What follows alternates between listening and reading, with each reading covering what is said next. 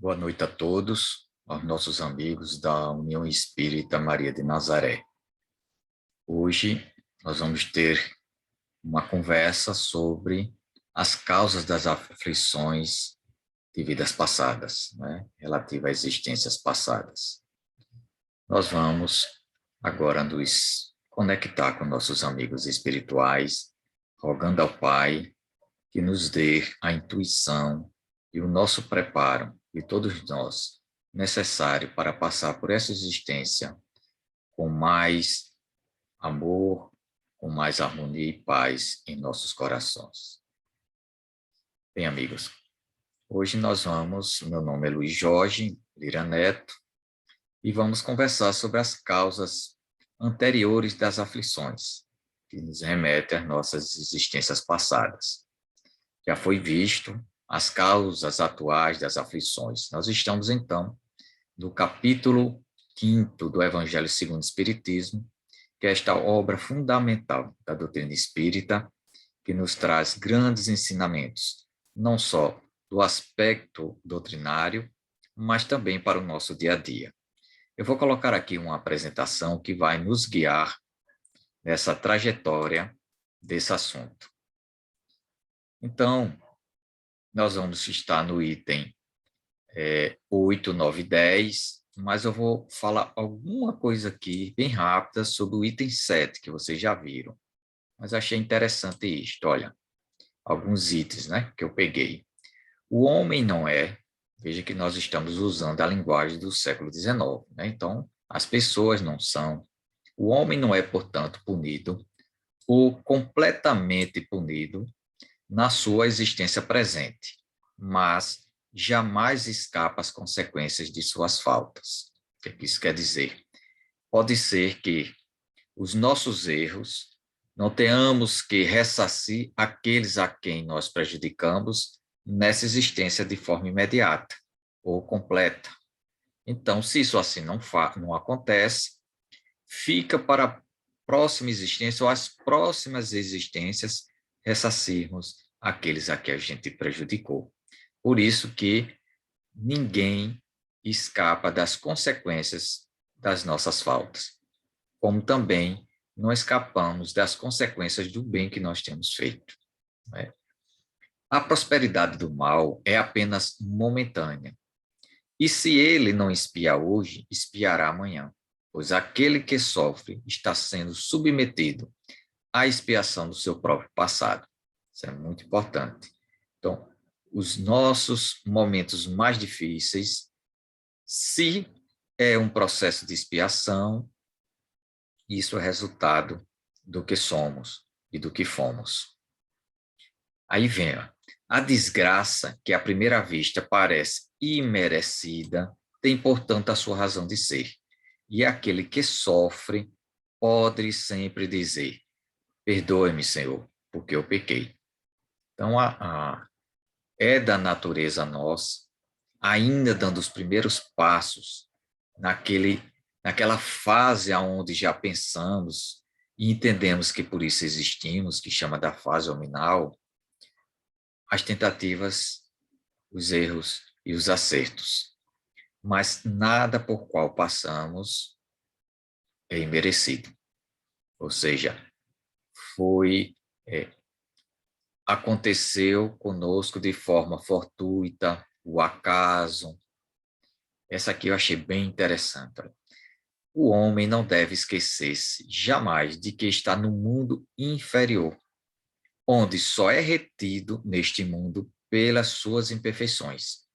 A cada vicissitude, deve lembrar que se tivesse no mundo mais avançado, não teria que sofrê-la, e que dele depende não voltar a este mundo, desde que trabalhe para se melhorar. Isso deveria ser um lema para nós. Por quê? Porque não há quem deseje sofrer. Não há quem deseje, de forma de sã consciência, e ficar desejando que algo pior nos aconteça. É da nossa capacidade procurar o bem-estar. O bem-estar é legítimo os nossos esforços para consegui-lo. Mas Só pensar no nosso bem-estar já denuncia o quanto ainda primitivos somos. Porque em mundos mais avançados, não tem sentido sermos felizes vendo o outro, nosso semelhante, sofrer, sem o nosso apoio, sem a mão que sustenta, o abraço afetivo, o olhar que chega próximo, tanto os aspectos materiais como emocionais e espirituais.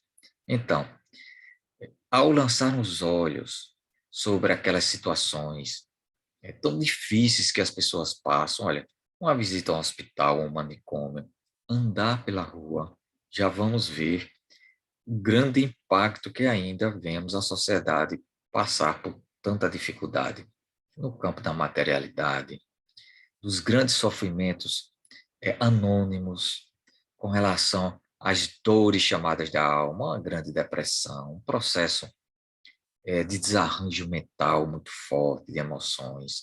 Quantas pessoas não passam por isso? E aí a gente começa a ver, puxa vida, que tipo de mundo é este? Nós estamos encarnados no mundo de quarta categoria, de provas e expiações. Então, se nós somos esquecer isto, estaremos sem entender as dificuldades que o mundo nos apresenta. E aí pode vir uma negativa em relação ao mundo, raiva com relação ao Criador. Mas aqui ele diz, olha, todos os nossos problemas, que é a cada vicissitude, ou seja, a cada problema que nós enfrentamos, é para nos lembrar que nós estamos num mundo ainda atrasado. E se a gente estivesse num mundo adiantado, grande parte desses problemas materiais não existiriam. As doenças impactantes, as desencarnações trágicas, não teria isto. Então, só depende de nós não querer mais reencarnar no planeta Terra. Mas para isso precisamos trabalhar, para se melhorar.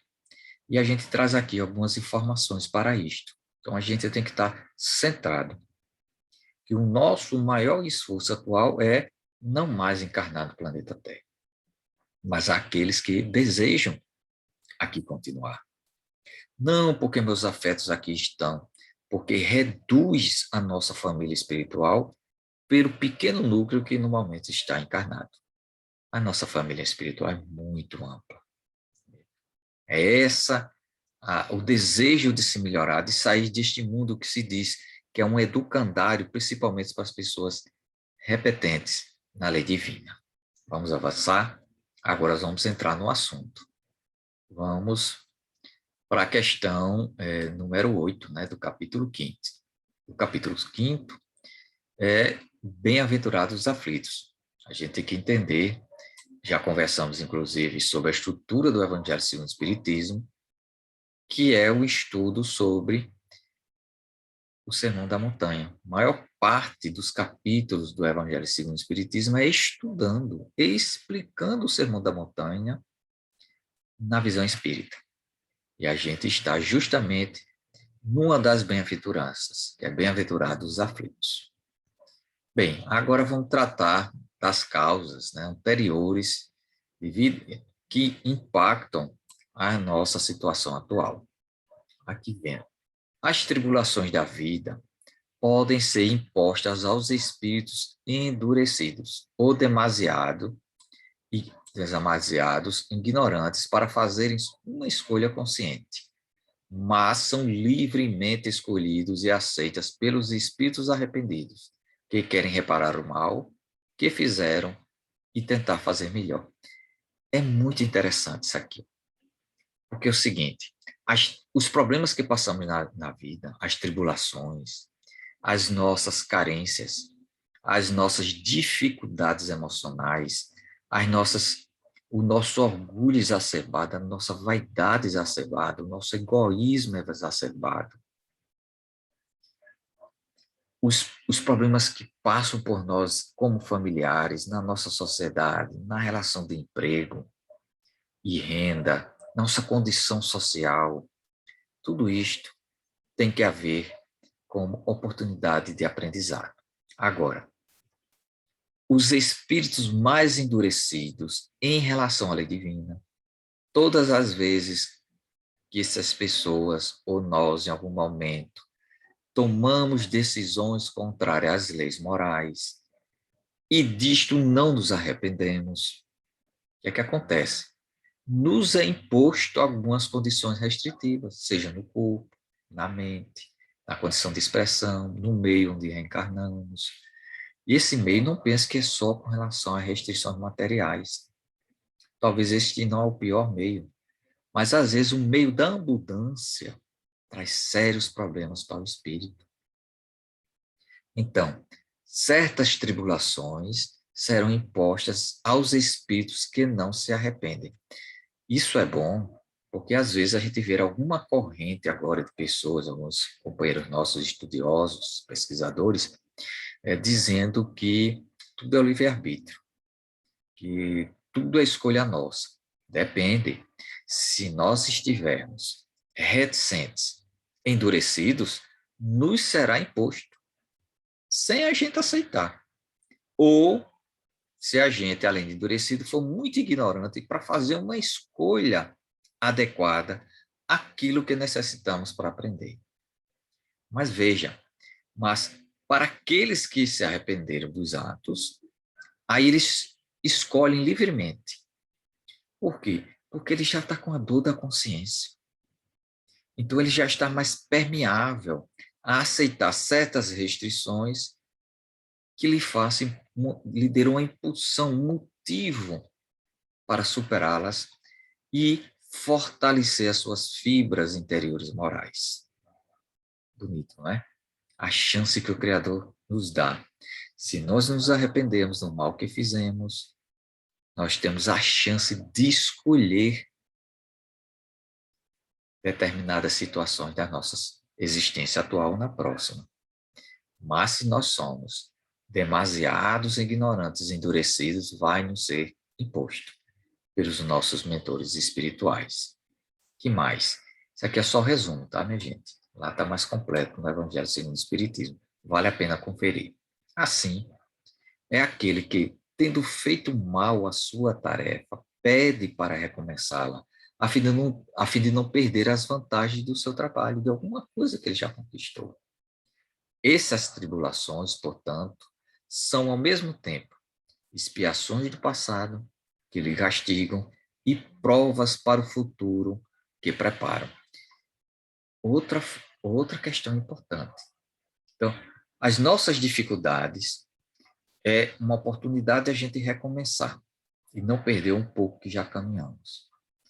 Então, um grande problema na nossa existência é, ao mesmo tempo, o passado e o futuro. Explicando. Com relação ao passado, nós estamos ressarcindo aquilo que fizemos de errado.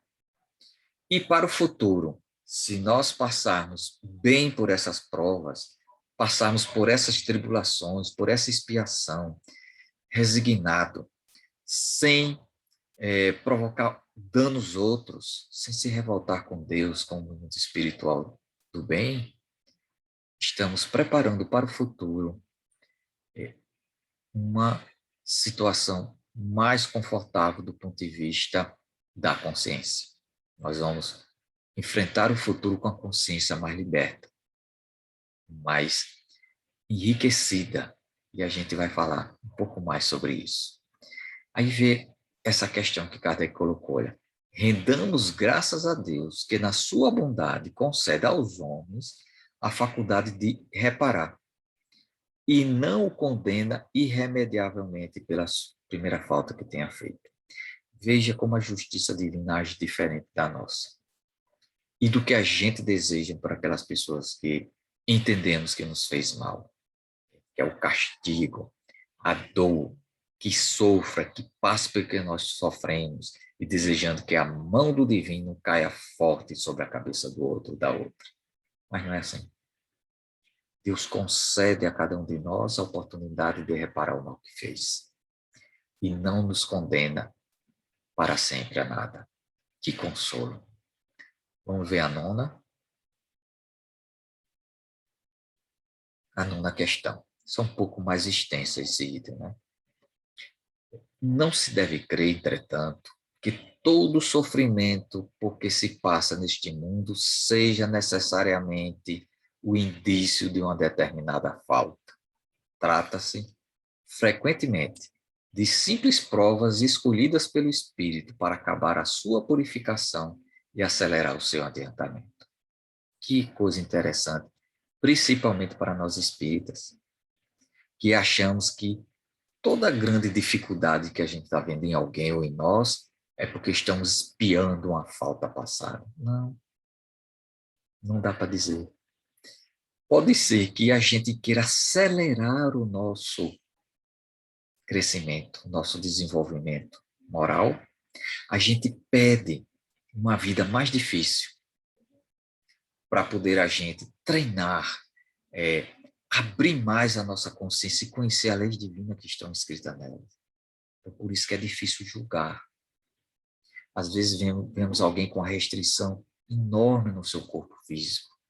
A gente diz, poxa vida, nem imagino o que esta pessoa fez na vida passada. Às vezes é conosco. A gente, meu Deus, que mal eu fiz para pagar isso? Aí ainda chega a nós como espírita dizemos, quando você desencarnar você vai saber o mal que fez. Não, não tem mal nenhum ali. Tem situações em que nós pedimos para crescimento mais acelerado, para acabar mais rápido a nossa purificação, inclusive para se libertar do planeta Terra. Então, quando a gente faz uma escolha dessa, é lógico que é feita com cuidado.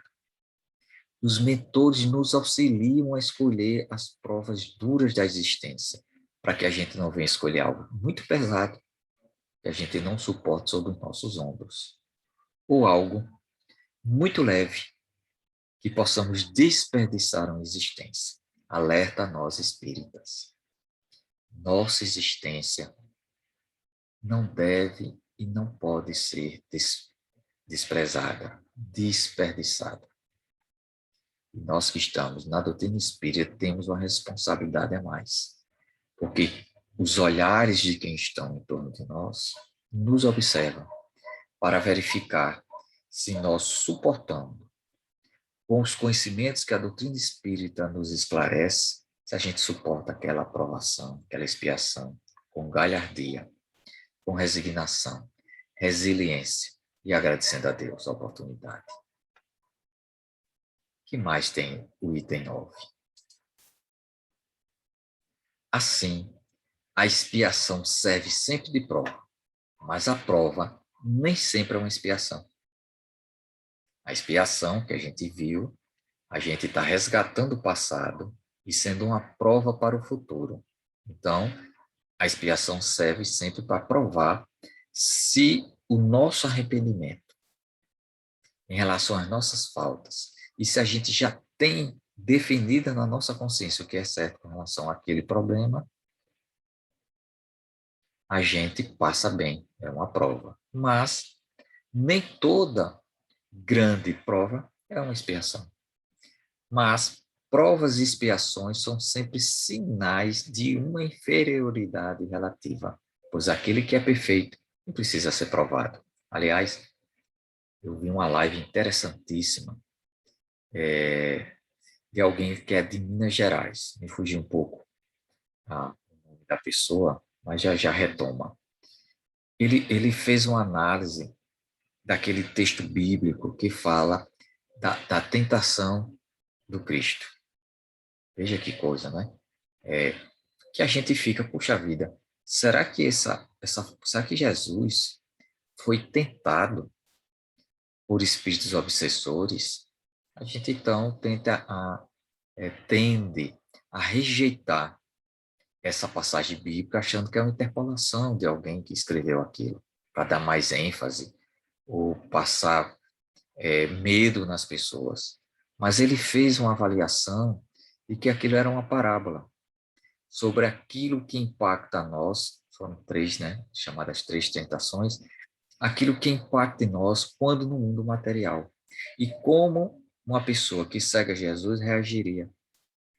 foi muito, muito interessante essas colocações. Então, quando eu me lembrar do nome da pessoa, eu passo, senão eu passo para as nossas amigas a informação, o link para eles. Eu acho que vale a pena conferir.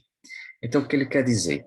É, se nós estamos passando por um processo difícil de expiação e uma prova difícil, é sinal que vivemos num mundo ainda bastante inferior.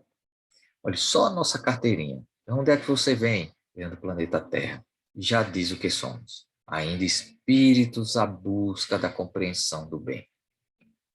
Que mais? Olha, um espírito pode, portanto, ter conquistado um certo grau de elevação, mas querendo avançar mais, fazendo acelerar o seu crescimento, solicita uma missão, uma tarefa, pela qual será tanto mais recompensado se sair vitorioso. Mas quanto mais penosa tiver sido a sua luta. Isso no campo emocional, pode ser no campo material, restrição no corpo.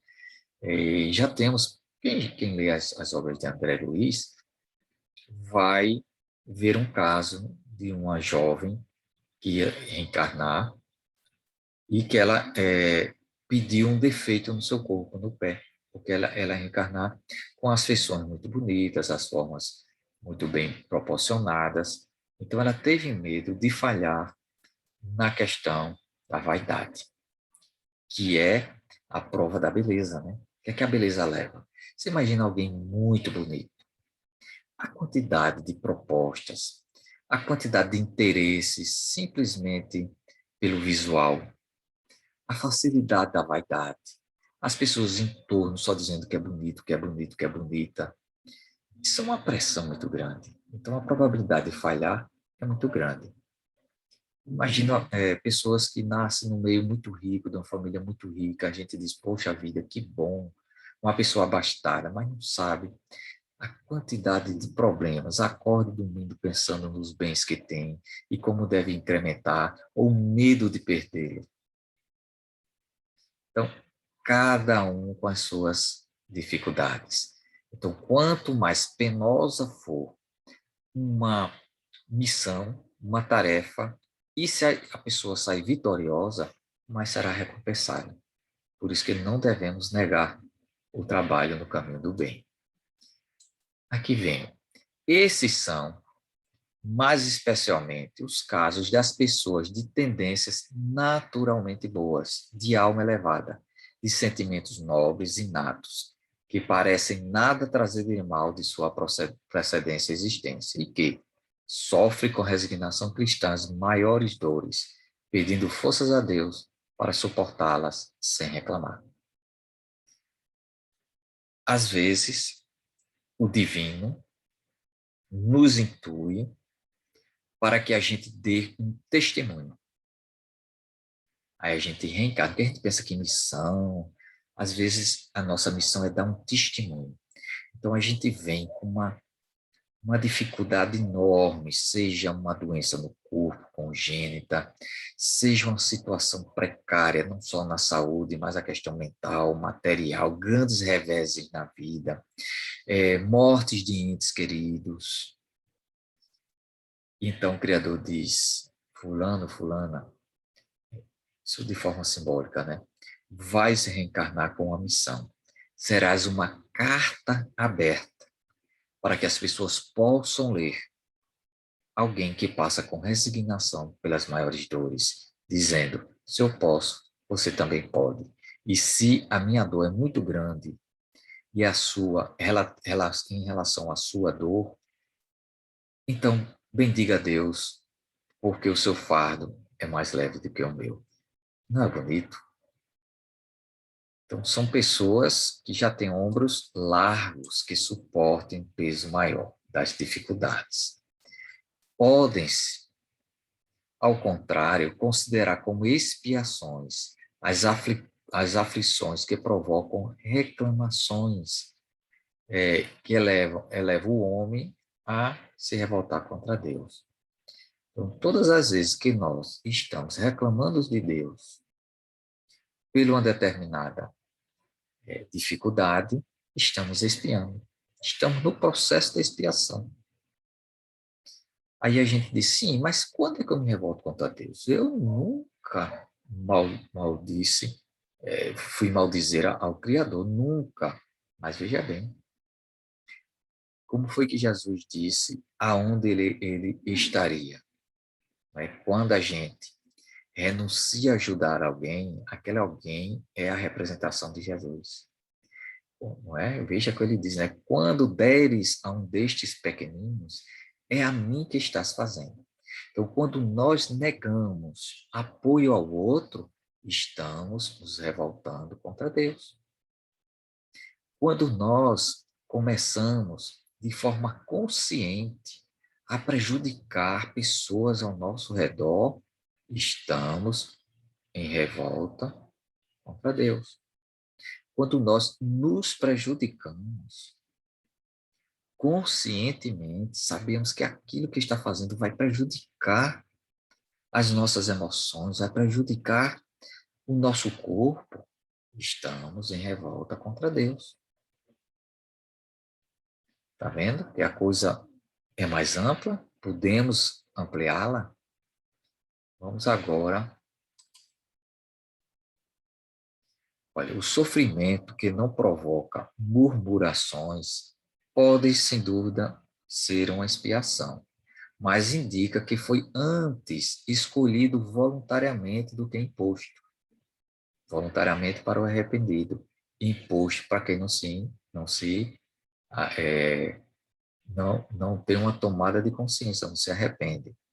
É a prova que uma firme resolução, o que constitui sinal do progresso, ou seja, quando passamos por um sofrimento, sem murmurar a Deus, ao outro, pode ser até uma expiação, mas prova que a gente escolheu, que estamos passando no nosso inconsciente, está demonstrando que aquilo foi uma escolha nossa.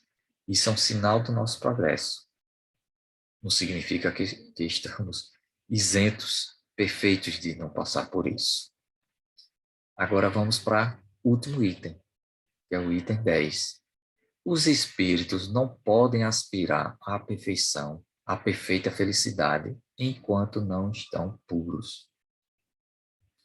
Toda mancha lhes impede a entrada nos mundos felizes. Assim acontece com os passageiros de um navio tomado pela peste, aos quais fica impedida a entrada numa cidade até que sejam purificados. Um pouco pelo que nós estamos passando, não é? O que é que ele quer dizer? Olha, a perfeita felicidade não vamos encontrar em mundos primitivos, em mundos de provas e expiações, em mundos de regeneração. Só nos mundos felizes e celestiais, onde os puros espíritos lá estão. Então, se a gente está procurando uma vida feliz, perfeita, não vamos encontrar neste mundo. Por mais que a gente olhe de lado e veja alguém que para nós está numa felicidade grande, porque tudo que quer ter na vida, a gente não sabe o que passa no seu íntimo. Porque um próprio vazio na vida é um grande sofrimento. Então, as nossas imperfeições não nos permitem uma perfeita felicidade. E se tivermos pequenos momentos de felicidade, que a gente valorize a eles. Valorize. Que a gente está no mundo de quarta categoria de provas e expiações, não é? Ali, tentando passar para o mundo de regeneração, que vai levar pelo menos um milênio. É nas diversas existências corpóreas que os espíritos se livram pouco a pouco de suas imperfeições. As provas da vida fazem progredir quando bem suportadas, como expiações, apagam as faltas e nos purificam. São o remédio que limpa a ferida e cura o doente. E quanto mais grave o mal, mais enérgico deve ser o remédio. Quanto mais embrutecidos nós tenhamos, contrário à lei divina, mais amargo o remédio. Já foi dito fazendo uma comparação com um buril, né? Você imagine uma roda girando com uma pedra dura girando e a gente vem ali, olha, e encosta a outra pedra e passa o buril nela para poder ela ali saindo faíscas, mas ela vai alisando, tirando suas arestas e daqui a pouco está brilhando. É assim com o diamante, né? Para fazer a lapidação do diamante. Ele bruto brilha muito pouco, é uma pedra opaca, mas passando o buril, vai lapidando e ele vai absorvendo a luz e brilhando com uma coisa mais linda, não é? Assim somos nós. Ainda somos opacos para fazer brilhar a nossa luz interior. Então, à medida que as nossas provas mais duras da existência, vai fazendo a gente brilhar, se nós não nos revoltarmos. Porque se a gente se revolta, fecha-se em concha.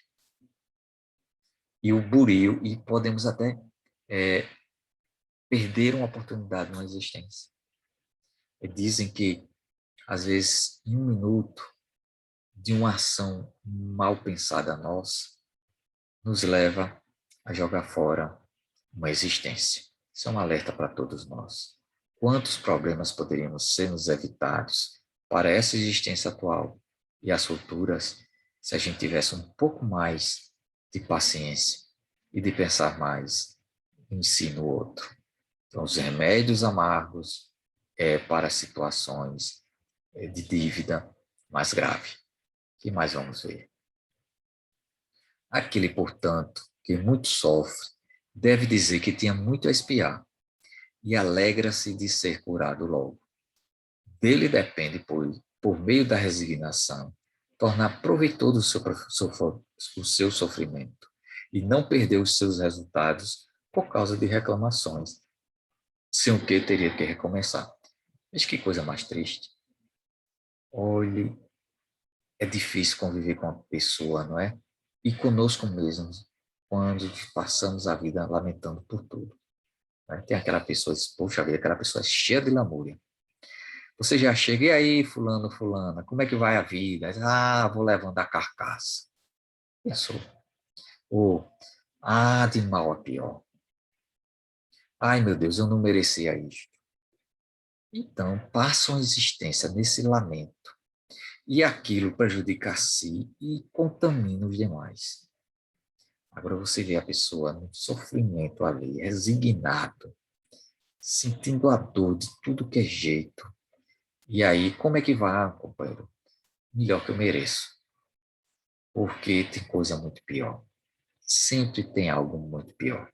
As cartas abertas que o Criador nos envia realmente é para nos fazer parar e refletir bastante, dizer, a nossa existência é linda e maravilhosa. Quantas pessoas com restrições, sem pernas e braços ao mesmo tempo, jogados de uma forma ou outra, e conseguem, com a força de vontade, virar exemplos. Servir de carta aberta é como se fosse um golpe no nosso orgulho, dizendo, você, numa condição que está, ainda reclama, olha a minha. E eu não reclamo, eu sou feliz assim.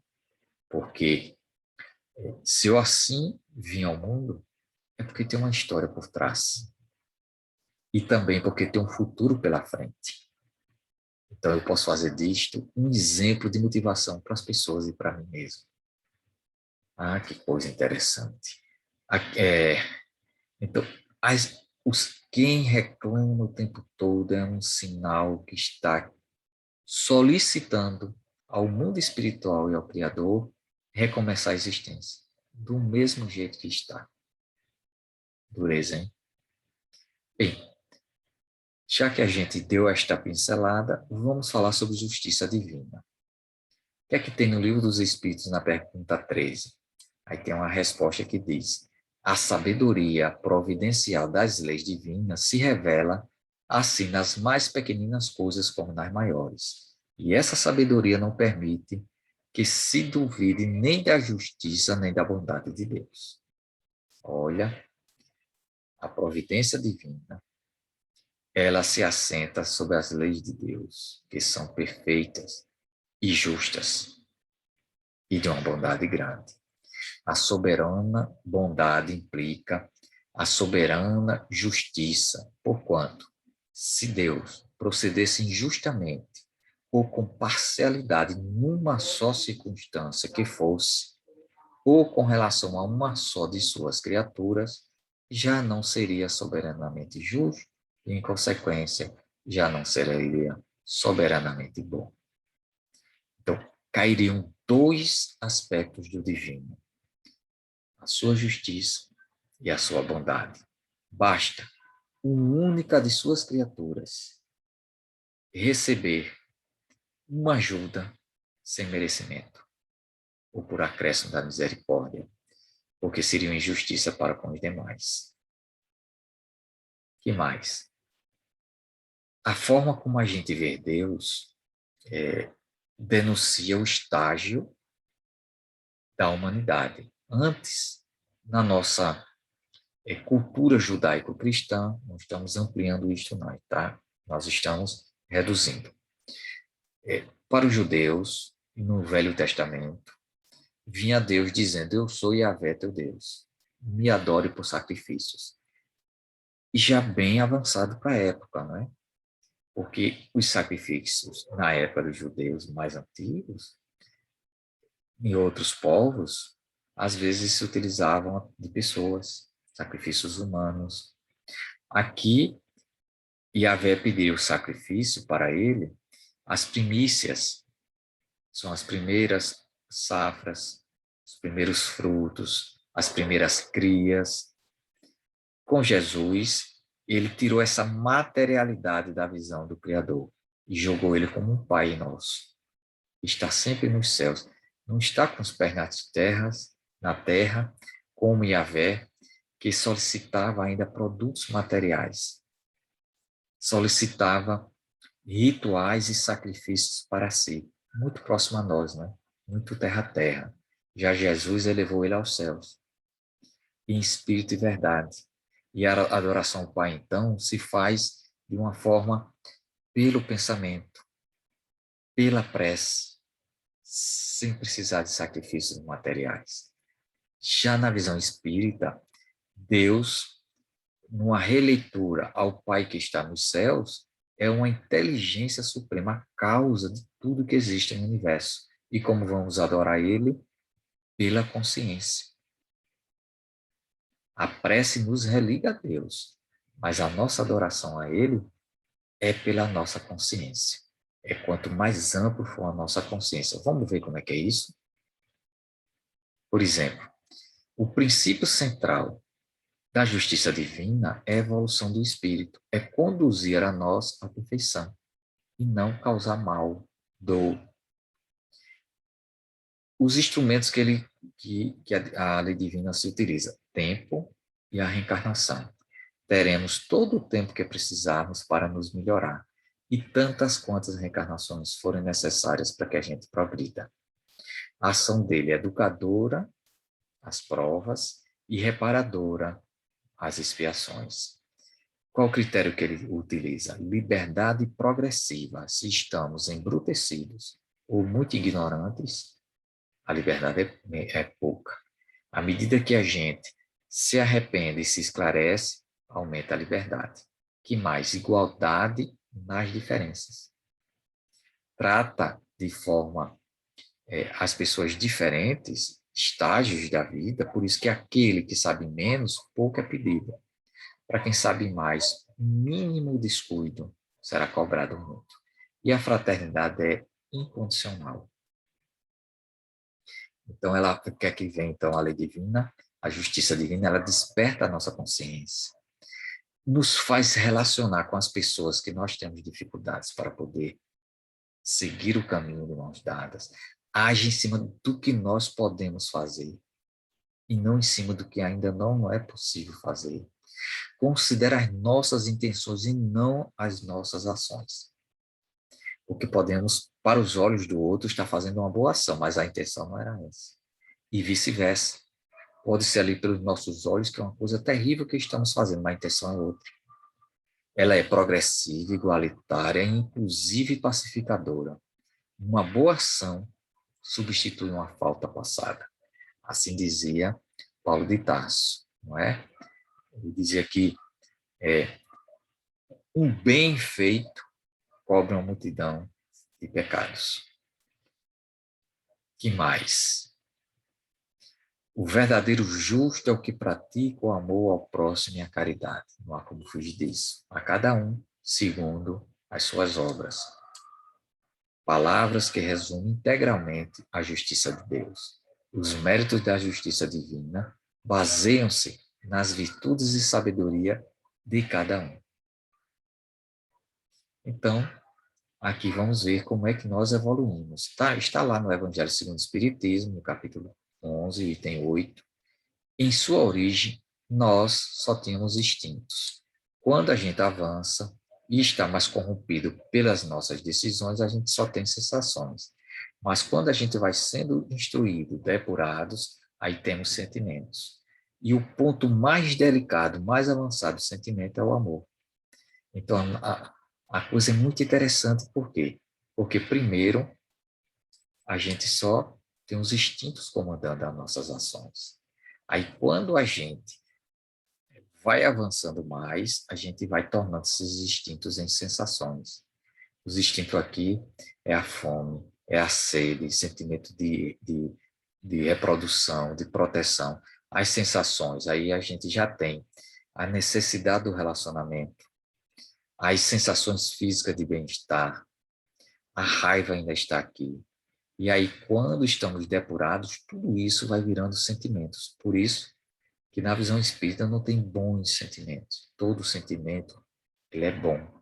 São as sensações depuradas pelo aprendizado. E o sentimento mais nobre que nós conquistamos é o amor. Aqui a linha de progressão. Todos nós fomos criados simples e ignorantes pela justiça divina, senão Deus não seria justo. Simples na nossa estrutura de pensar, ignorantes das leis divinas. Então não há nenhuma criação de espíritos voltado para o mal, mas ignorantes e simples. Nós vamos usando o nosso livre-arbítrio, decidindo sobre as influências que recebemos, se nós vamos fazer conforme a lei divina ou não. Se decidimos pela lei divina, estamos de acordo com Deus, com o bem. Se nós decidimos contrário à lei divina, aí surge o mal. Então, as provas nos vêm como testar nossa resistência às influências dos espíritos imperfeitos. Então, veja como Deus faz. Ele coloca os espíritos imperfeitos, que somos nós, em relações com os outros. Então, nós provocamos nos outros e os outros em nós ações que nós reagimos. Se a gente reage bem, estamos progredindo. Se reage mal, falhamos. Então, essas provas vão seguir a nós por toda a nossa existência de espírito, até quando nós não sejamos mais susceptíveis à matéria, à obsessão. Está vendo? Então, no início somos ignorantes e simples, vamos recebendo as influências da vida, das nossas relações, tomamos as nossas decisões, se resistimos ao mal, a nossa consciência se amplia e o nosso livre-arbítrio se amplia. Ampliando o livre-arbítrio, a gente escolhe mais. Acelera o nosso crescimento. Para quê? Para sair daqui deste planeta. Rápido.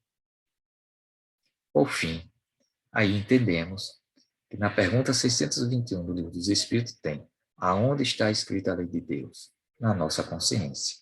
Ou seja, se a gente quer conversar com Deus, quer saber como é fazer o certo ou o errado, basta consultar a nossa consciência. Não precisa de livro, não precisa de pessoas, só a nossa consciência, nós com Deus. E o que é que nos diz o Nazareno? Que a gente não julgue, que também seremos julgados. Pois com o julgamento que a gente anda julgando o outro é a medida para que a gente seja julgado. Então, que Jesus nos ampare nessa noite de bastante reflexão. Tudo aqui que nós conversamos, que a gente reflita. Vamos ler um pouquinho mais esses 3 itens que nós só temos a ganhar, nós e aqueles com que nós convivemos. Muita paz, muita saúde e até breve.